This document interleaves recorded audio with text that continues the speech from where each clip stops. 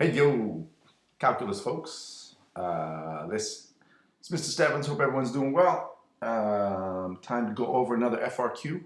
So today we're going over FRQ number 5 from the 2014 exam. Hopefully you've spent the time at home, you've worked out the problem, you've taken a look at the solutions, you've tried to figure out exactly where your score would have been, and now you're just trying to get a few little tidbits of explanation to help you fully understand the problem. So this problem is actually really cool. It's not all that complicated once you understand what it's asking you for. It's asking you for some pretty basic things. It's just trying to understand how this complicated table fits in with all this stuff. And once you see what the table is, then you should be able to kind of figure out what's going on. So let's talk about the table real quick. So the table has a couple, am I live on? The table has a couple of key pieces to it. It's got 4 lines. It's got F and it's got F prime. So that means all of these values here are the values of the function. So when x is -2, f of x is 12. So f of -2 is 12, f of -1 is 8, f of +1 is 2, and f of 3 is 7. And then in between, it's like the values for these spaces everywhere from -2 to -1 is positive.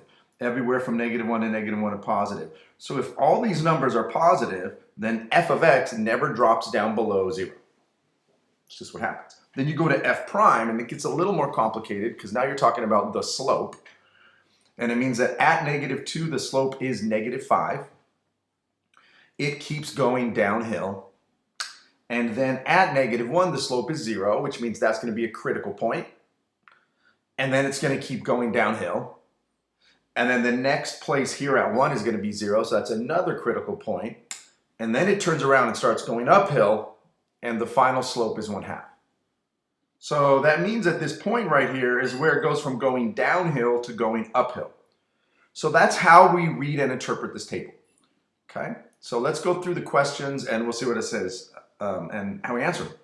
It says it's a twice differentiable function. So if it's a twice differentiable function, that means it has a second derivative.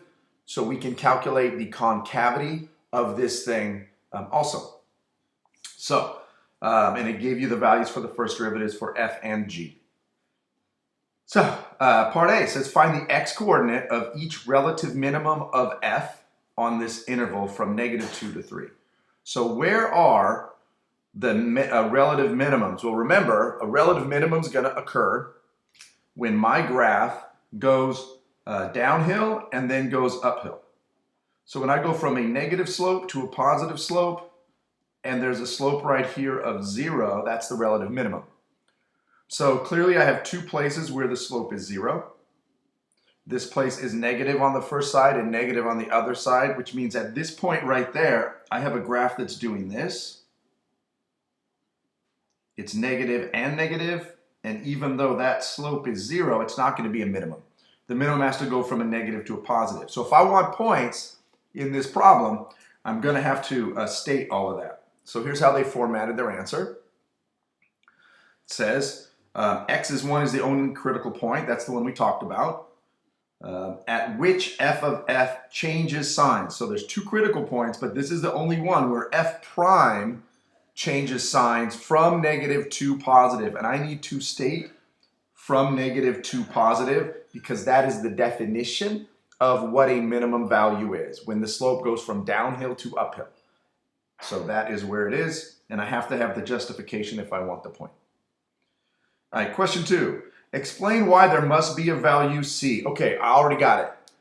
If it's asking me for a value c, this is either intermediate value theorem or mean value theorem. It's going to be one of those two. Anytime it says there has to be a value c, so I know it's intermediate or mean. And if you don't know the difference, I can't help you.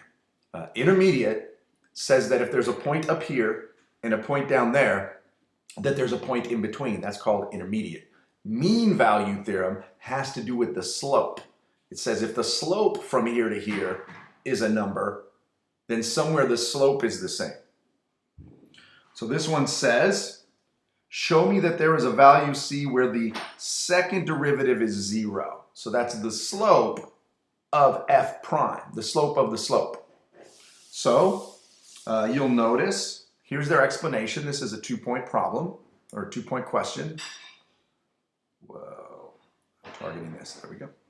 All right, so first of all, I have to state that f prime is differentiable and f prime is continuous. That's what I have to state to use these theorems.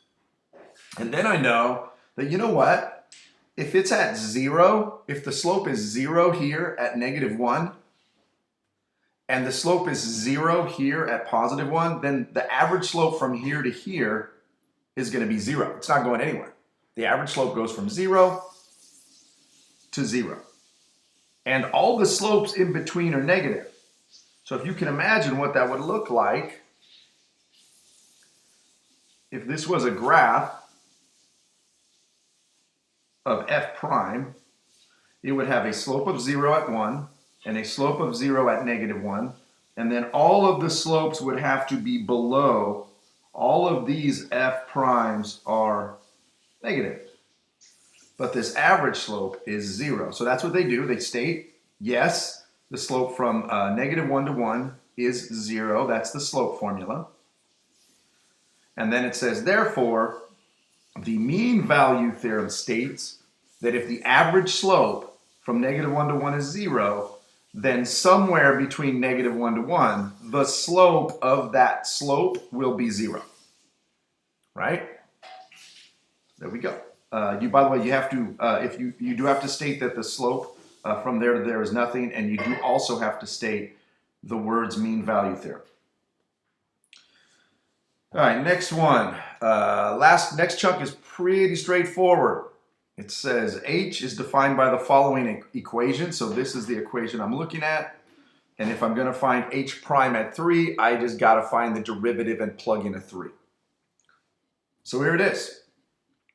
H prime, well, remember my function says the ln of f of x, so I need the derivative of the ln of f of x, which is 1 over f of x, chain rule, f prime of x. And then I plug in a 3. I need to know what f of 3 is and f prime of 3. All that information is on my table. If you look at your table, you'll see it. It's right up here. At 3, f is 7 and f prime is 1/2. So I plugged in 1 over 7 times 1/2, and I got 1/14 done. And by the way, just doing the chain rule, just this is worth 2 points. And this answer is 3. So this answer here, fully gettable. 3 points. Everyone should have gotten those 3 points. Probably if you didn't do the other parts. This part is really gettable. All right, last question here, part D. Part D is asking to evaluate something. I know I keep moving my paper. You probably hate that. It's asking me to evaluate from -2 to 3 the integral of this. So I'm going to have to find the integral of this and then plug in a 2 and plug in a 3 and plug in a -2.